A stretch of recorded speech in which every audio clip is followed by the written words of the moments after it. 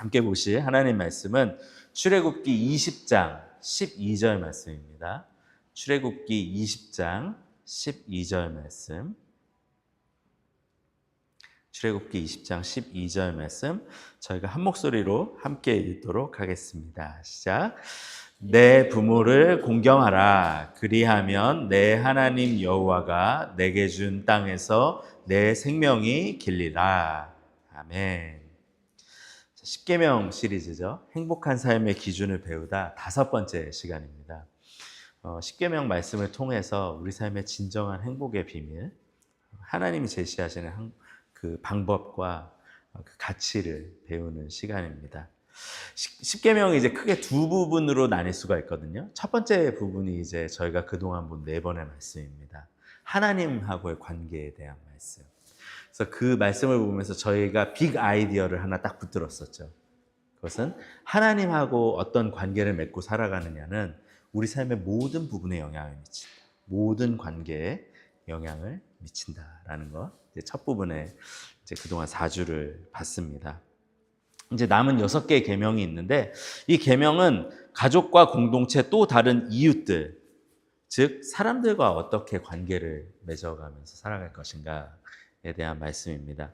이 부분도 빅 아이디어가 있습니다. 남은 6개의 시간도요. 그건 뭐냐면 우리가 하나님의 은혜를 받으면서 또 말씀을 지키며 함께 살아갈 때 그 모습을 통해서 우리는 하나님의 거룩하심과 아름다우심을 드러낸다는 것입니다. 네. 우리가 하나님의 말씀을 지키고 살아갈 때 하나님의 거룩하심과 아름다우심이 우리뿐만 아니라 다른 사람들에게도 보여진다는 것. 그것이 이제 또 다른 빅 아이디어라고 할 수 있습니다. 자, 그래서 오늘 이제 저희가 함께 말씀 보는 것은 권위에 대한 것입니다. authority에 대한 것. 우리 삶에 사실 매일 영향을 미치고 있는 것 중에 하나가 있는데요. 그것은 권위입니다. 권위, authority. 도로에서 운전을 할 때 예를 들면 이런 거죠. 도로에서 운전을 하면 도로 법에 따라서 권위를 가진 게 있습니다. 신호등이죠. 신호등의 그 신호에 따라서 그 권위를 맞춰서 우리는 움직이고 멈추고 가는 것을 하죠. 우리 삶에 사실 매일 영향을 미치고 있어요. 권위는. 우리는 권위 안에 살아가고 있습니다. 근데 이 말씀이요, 권위에 대한 말씀이 사실 인기가 되게 없어요. 마치 사춘기 소년, 소녀에게 뭔가 얘기하면 획 하고 돌아가고 가는 것처럼 권위에 대한 얘기는 많은 이들에게 알러지 반응을 일으킵니다. 뭐가 막 몸에 나는 것 같고 간질간질하고 막 그래요. 괴롭기도 하고. 자, 그럼 오늘 말씀인 출애굽기 20장 12절 말씀을 제가 다시 읽어드리면 이렇게 얘기하죠. 내 부모를 공경하라. 그리하면 내 하나님 여호와가 내게 준 땅에서 내 생명이 길리라. 저희 인생에서 가장 처음 만나는 authority, 권위자에 대해서 말하고 있습니다. 부모님들, 아버지와 어머니죠. 갓 태어난 아이에게는 사실 부모의 권위는 절대적입니다. 왜냐하면 아무것도 못하잖아요. 부모가 챙겨주지 않으면, 먹여주지 않으면 아이는 살 수가 없어요. 그래서 부모가 가진 권위는 굉장히 당연한 것이고 자연스러운 것입니다. 그래서 이 계명을 통해서 부모님을 공경하는 것에 대한 설교를 하는 것은 굉장히 중요합니다. 그리고 저는 그곳으로 갈 것입니다. 이 설교는. 하지만 이 말씀은 공동체와 사회생활을 위해서도 굉장히 중요한 말씀입니다. 이스라엘 백성들은 자신을 낳아준 아버지 외에도 권위를 상징하는 존재를 아버지라고 부르는 부분이 많이 있었습니다. 그래서 구약 성경에 공동체의 권위자를 아버지로 표현하는 것이 여러 번 나와요. 또 신약에서는 스승과 같은 존재를 아버지로 표현을 했습니다. 그래서 디모데와 바울의 관계는 아버지와 아들의 관계로 표현이 되죠. 이 계명은 가정에서는 부모의 권위에 대한 말씀이고 또 공동체와 사회에서 경험하는 권위에 대한 말씀이기도 합니다.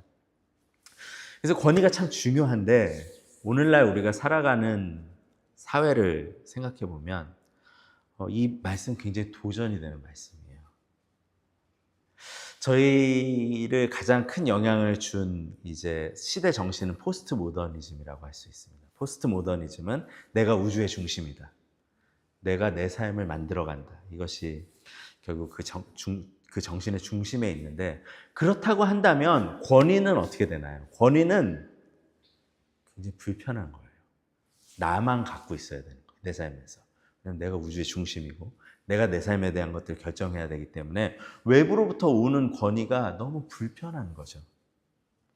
그런 사회를 우리가 살아가고 있습니다. 근데 살아가면서요, 또 권위를 인정하지 않는 모습을 보면 정말 열받아요. 그 이유는 권위를 무시하는 사람들로 인해서 질서가 깨지거든요. 권위를 무시하면서 질서를, 그래서 왜 직장 생활할 때도 다 같이 지키고 있는 게 있는데 나는 그런 거에 묶이지 않을 거야? 그럼 너무 화가 나잖아요. 신호등에서도 다 서 있는데 누가 삐삐삐삐 해가지고 이렇게 가면은 삐삐삐삐 나오잖아요. 이 권위를 지키지 않는 사람들은 질서를 무너뜨리기에 우리 삶에 짜증을 유발하고 또한 화를 나게 만듭니다. 그런데 한번 생각해 봐야 되는 거는 이거예요. 그 뭐냐면 나는 그동안 삶에서 권위를 어떻게 대했는가라는 것입니다. 한번 여러분도 얘기하실 필요는 없고요. 한번 생각해 보세요. 나는 권위를 어떻게 대했지? 내가 가정에서 만나는 권위, 학교에서 만났던 권위, 사회에서 만났던 권위자들을 나는 어떻게 대했었을까? 한번 돌이켜 보시면 권위를 무시하면 질서를 무너뜨리는 사람들이 싫지만 우리도 사실은 이 문제에서는 자유로울 수 없다는 거예요. 우리도 선택적으로 권위를 존중하는 경우가 많았고 많은 순간 내가 권위자가 돼서 살아가려는 모습들이 많았다는 것입니다. 그래서 하나님이 이 10계명에서 5번째 계명으로 이 부모님을 공경하라는 명령을 주신 이유는 가정에서의 권위 회복을 시작으로 모든 곳에서 권위가 건강하게 회복되고 설 때에 질서가 회복되고 그때 우리가 진정한 자유를 누리게 된다는 것입니다. 그래서 어디 예를 들어서 놀러 갔을 때 질서가 딱 유지가 되면 모두가 재밌게 놀잖아요. 근데 질서가 깨진 곳에 가면 막 아무렇게나 노는 곳에 가면 거기만큼 힘든 곳은 없거든요. 자유를 잃어버리는 곳은 없거든요. 그래서 하나님은 우리가 권위 안에 있는 질서를 누리면서 자유하기를 원하세요. 그래서 이 계명을 주셨다라는 것입니다. 하나님은 권위를 통해서 이 땅의 질서를 회복시키십니다. 그것이 권위가 우리 삶의 중요한 이유입니다. 그렇다면 조금 더 깊이 들어가 보겠습니다. 왜 권위를 인정하기가 어려울까? 그 문제는 시스템의 문제인가? 아니면 컬처의 문제인가? 그게 아니에요. 그 바닥에 들어가 보면 결국은 이것은 죄의 문제예요. 죄의 마음의 문제예요. 아담과 하와가 죄를 짓고 나서부터 인간관계 안에서 작동하는 권위는 억압적이고 폭력적이고 자기중심적으로 계속해서 이루어졌습니다. 그것이 권위가 우리가 받아들이기가 어려운 이유예요. 죄의 마음은 결국은 나 중심의 마음이기 때문에 권위를 내 중심적으로 쓰거든요. 또 내 것을 지켜야 되기 때문에 억압적으로 쓰거든요. 폭력적으로 쓰기 시작하거든요. 그래서 계속해서 변질되어 왔던 것이죠. 권위는요, 사실 하나님께서 창조 때 우리에게 주셨던 거예요. 제가 창세기 1장 28절에 읽거든요. 이렇게 얘기합니다. 하나님이 그들에게 복을 주시며 하나님이 그들에게 이르시되 생육하고 번성하여 땅에 충만하라. 땅을 정복하라. 바다의 물고기와 하늘의 새와 땅에 움직이는 모든 생물을 다스리라. 우리를 권세를 가진 자들, 권위를 가진 자들로 하나님이 창조하셨어요. 하나님한테 복을 받고 그 하나님의 방법으로 다스리는 자들로 우리를 만드셨다고요. 우리는 사실 권위가 주어진 자들이에요. 근데 아담과 하와가 죄를 지면서 하나님의 방법으로 다스려야 되는 것들이 깨지기 시작한 거예요. 그러니까 나 중심적으로, 억압적으로, 폭력적으로 그렇게 다스리면서 자기의 생각대로 자신을 위해서 권위를 사용하기 시작했던 것이죠. 그래서 이거를 생각하면 여러분, 이 땅에서 경험하는 권위에 대한 실망은 놀랄 일이 아니에요. 권위자는 완벽하지 않아요. 권위자는 여전히 죄인이에요. 그 마음 가운데 내 중심적이고 억압적이고 폭력적인 일들을 자기도 모르는 사이에 마음에서 스멀스멀 흘러나오면서 행하는 그런 사람들입니다. 아담과 하와에서 시작됐던 이 문제는 여전히 있어요. 저도 부모가 된 지가 이제 그렇게 오래되진 않았는데요. 부모로서 권위를 가지고 살아가는 게 얼마나 어려운 일인지를 매일매일 깨닫고 있어요. 진짜 쉽지가 않아요. 하나님은 그럼에도 이 부모를 공경하라는 말씀, 권위자를 존중하라라는 말씀을 주고 계십니다. 이 계명을 주신 이유는 권위를 존중받고 질서가 생기면 모두에게 복이 되기 때문에. 예를 들면 이런 거예요. 내가 오늘 이 말씀을 받고 가서 부모님을 존중하기 시작하는 거예요. 그러면 내 형제들이 그 모습을 보면서 또한 부모님을 존중해요. 만약에 자녀가 있다면 나의 모습을 보면서 자녀들이 나를 또 존중하기 시작해요. 그렇게 권위를 가지고 질서가 잡히는 거죠. 그런 일들이 일어나요. 공동체도 마찬가지예요. 만약에 권위를 가진 사람이 자기중심적이지 않고 억압하지 않고 권위를 건강하게 행사하고 또 권위자가 부족하지만 공동체 안에서 사람들이 존중해주기 시작하면 그 공동체는 모두가 질서를 누리면서 살아가요. 권위가 건강하게 세워져 있기 때문에. 근데 반대로 권위자가 없으면 내가 권위자야 하면은 거기에서부터 부딪히면서 모두가 고통스러운 나날을 보내게 된다는 거죠. 그래서 하나님은 우리로 하여금 진짜 자유를 누리게 하시기 위해서, 평안을 누리게 하시기 위해서 권위를 세우고 회복하는 이 말씀을 주셨다라는 것입니다. 사실 이 권위에 대한 말씀은 자녀된 입장에서 굉장히 부담스러울 수 있습니다. 부모님을 공경하라 라는 말씀. 근데 사실 부모 입장에서는 더 부담스러운 말씀이에요. 왜냐하면 나는 내 부모한테 어떻게 대했는가, 그거를 생각하면 쥐구멍에 숨고 싶은 마음이 들 수도 있거든요. 나는 나의 부모님을 이렇게 공경하면서 대했는가. 또 공동체 리더한테도 굉장히 어려운 말씀이에요. 나는 내 중심적이지 않고 억압적이지 않고 폭력적이지 않은 권위를 가지고 그것을 행사했는가. 근데 사랑하는 여러분, 꼭 기억해야 되는 게 있어요. 그게 뭐냐면 권위가 건강하게 존중받지 못하는 곳에는 결코 한쪽의 문제만 있지는 않다라는 거예요. 부모님만의 문제로 그곳의 권위가 손상되진 않아요. 거의 대부분의 경우 관계에서의 틀어짐은 양방향의 문제입니다. 한 사람이 일방적으로 100%의 잘못을 하는 경우는 거의 없어요. 특수한 경우를 제외하고.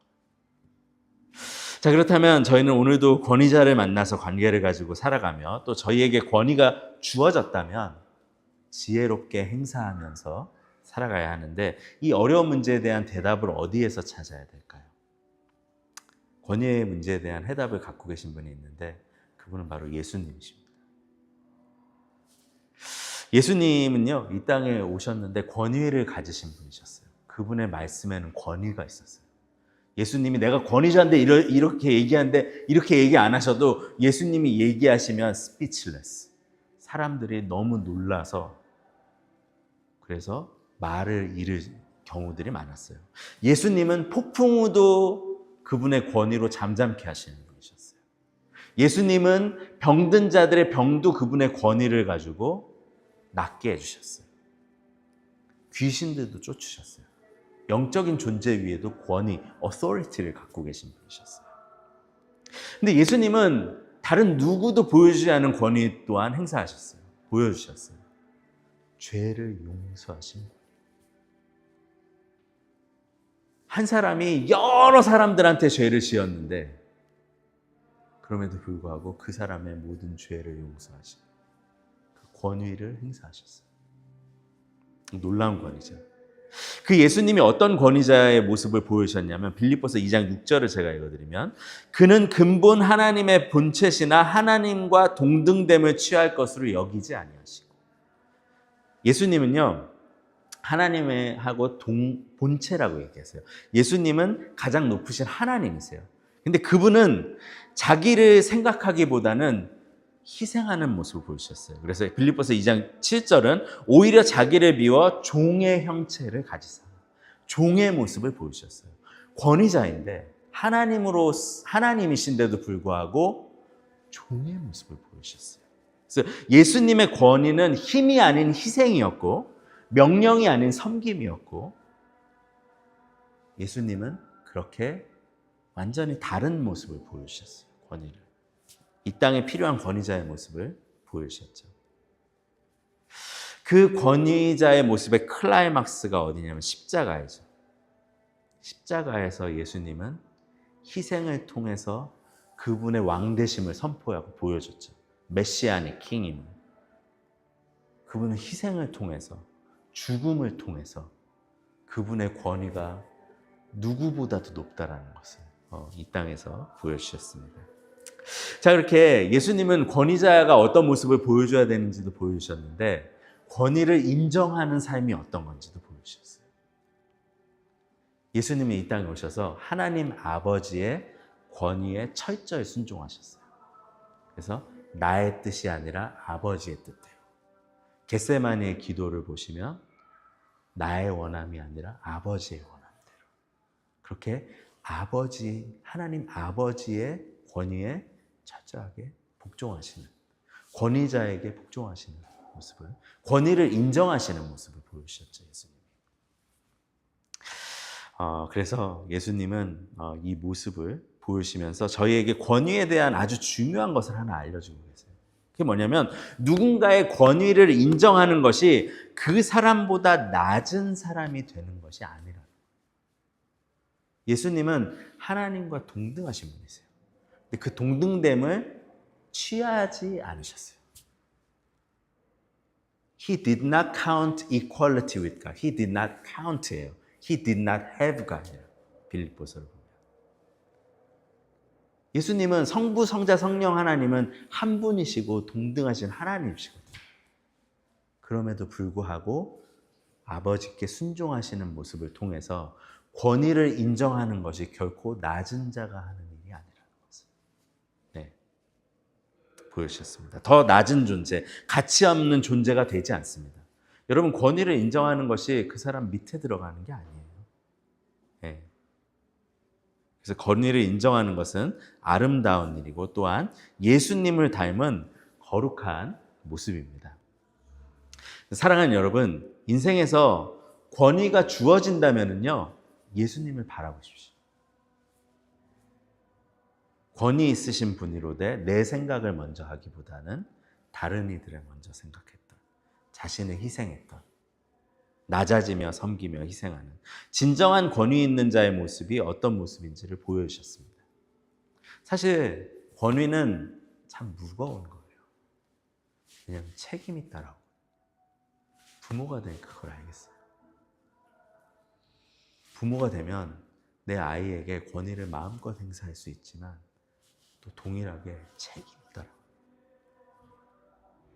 근데 그 권위가 주는 무게가 있는데요. 그 무게를 견디기 위해서는 예수님이 어떻게 권위를 행사하셨는지를 항상 잊지 않아야 돼요.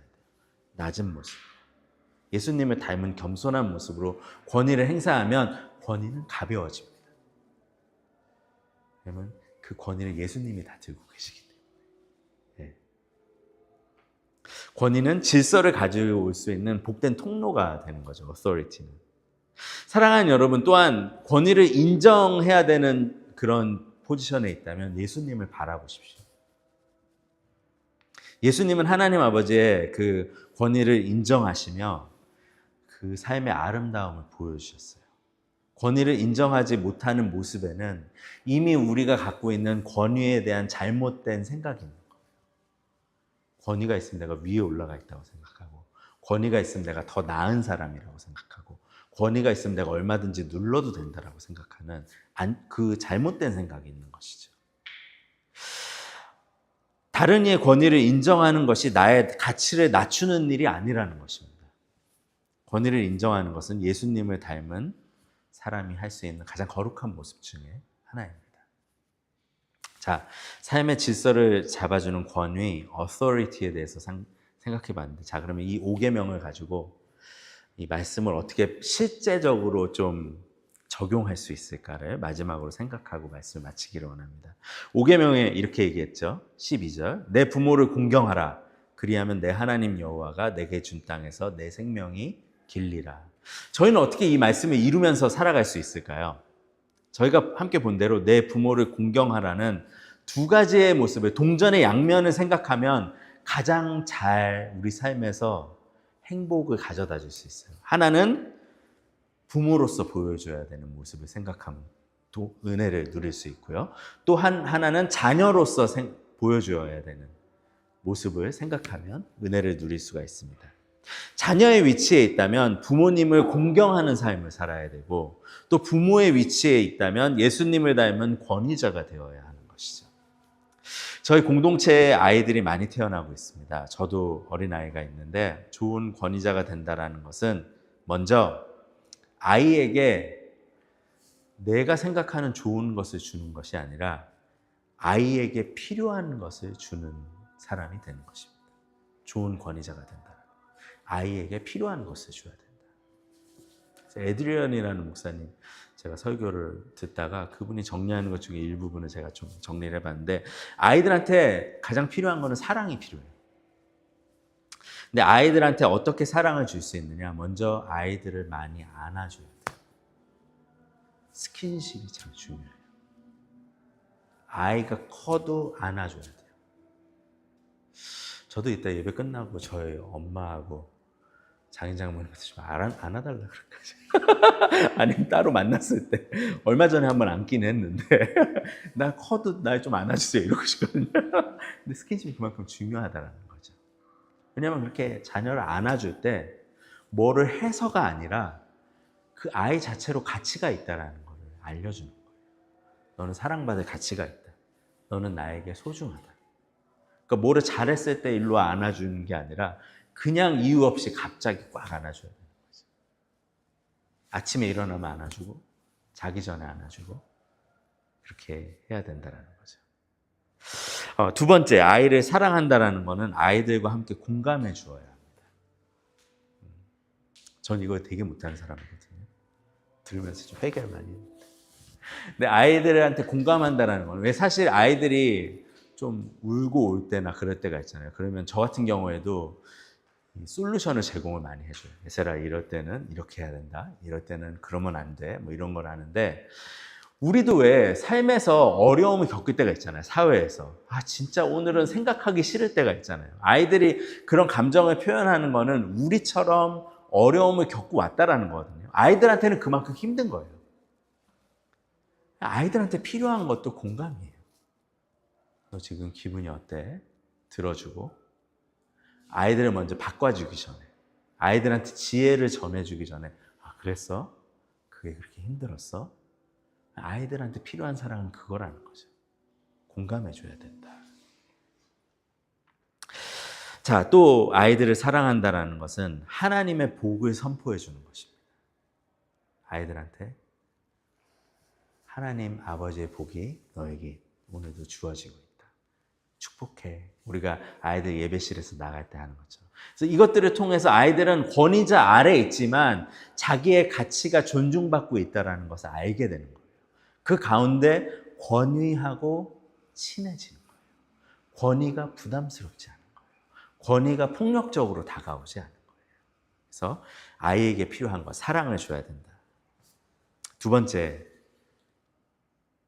아이에게 필요한 것, 그것은 아이를 제한해야 됩니다. 아이한테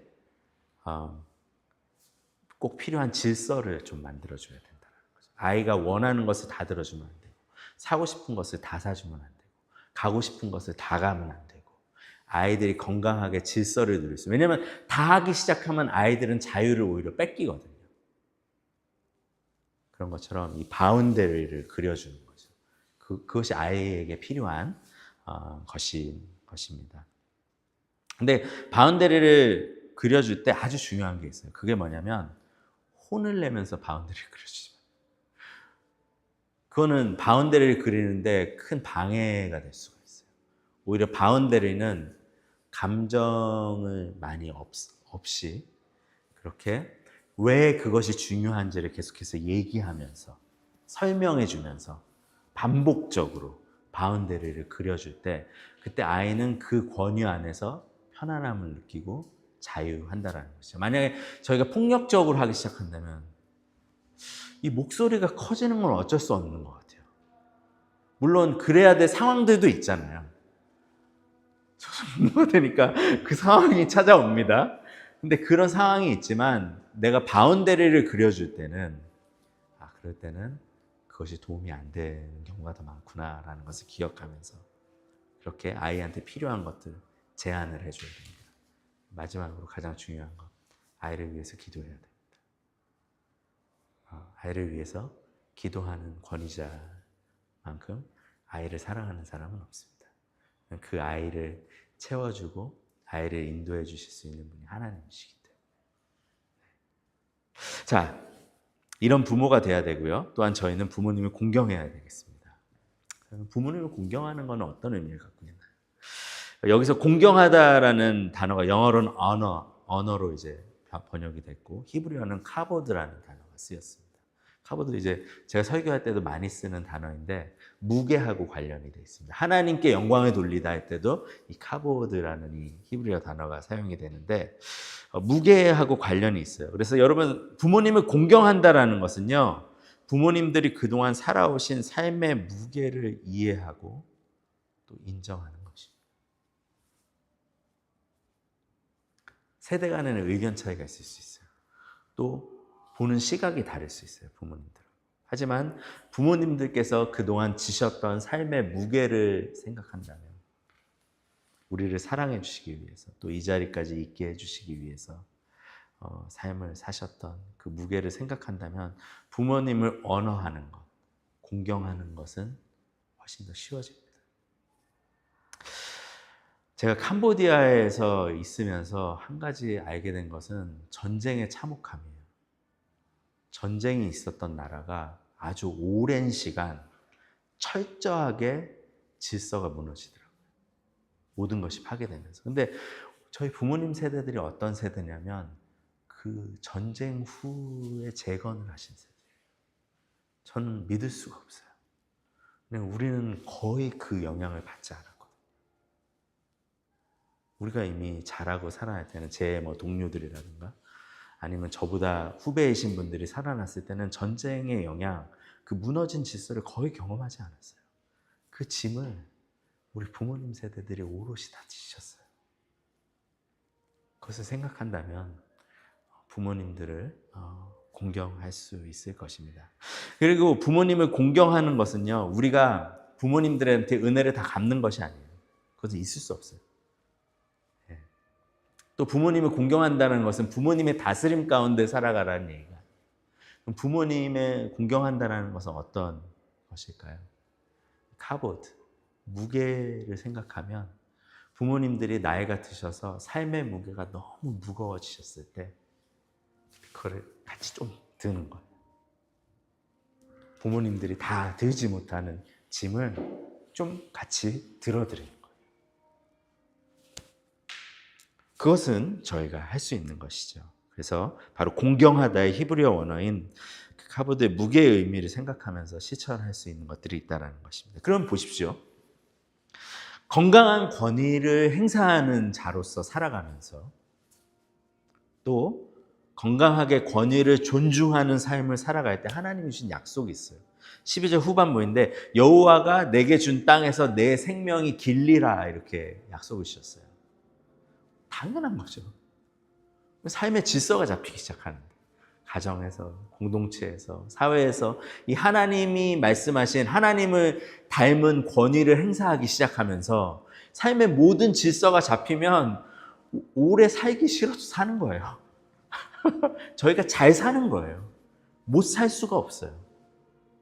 그래서 예수 그리스도를 닮은 권위가 행해질 때 예수님을 닮은 모습으로 권위를 존중할 때 이 땅의 질서는 회복되게 되고 그 가운데 저희는 말로 다 할 수 없는 자유를 누리게 되는 거죠. 그 땅에는 샬롬이 찾아오는 것입니다. 그래서 하나님의 방식으로 권위를 사용하고 권위를 존중하는 그 삶이 얼마나 아름다운지가 예수님을 안 믿는 사람들한테도 보여지기 시작하는 거예요. 그래서 하나님은 부모님을 공경하라는 이 말씀을 주셨습니다. 권위는 그렇게 아름답고 행복한 삶을 위한 통로입니다. 사랑하는 여러분, 저희가 부모님을 공경해야겠습니다. 여러분 또 동시에 예수님을 닮은 권위자로서 내 권위 안에 있는 사람들을 섬기고 사랑하고 그렇게 나아가는 그런 한 분 한 분들 되시기를 바랍니다. 그 삶으로 나아가시는 한 분 한 분 되시길 주님의 이름으로 축원합니다.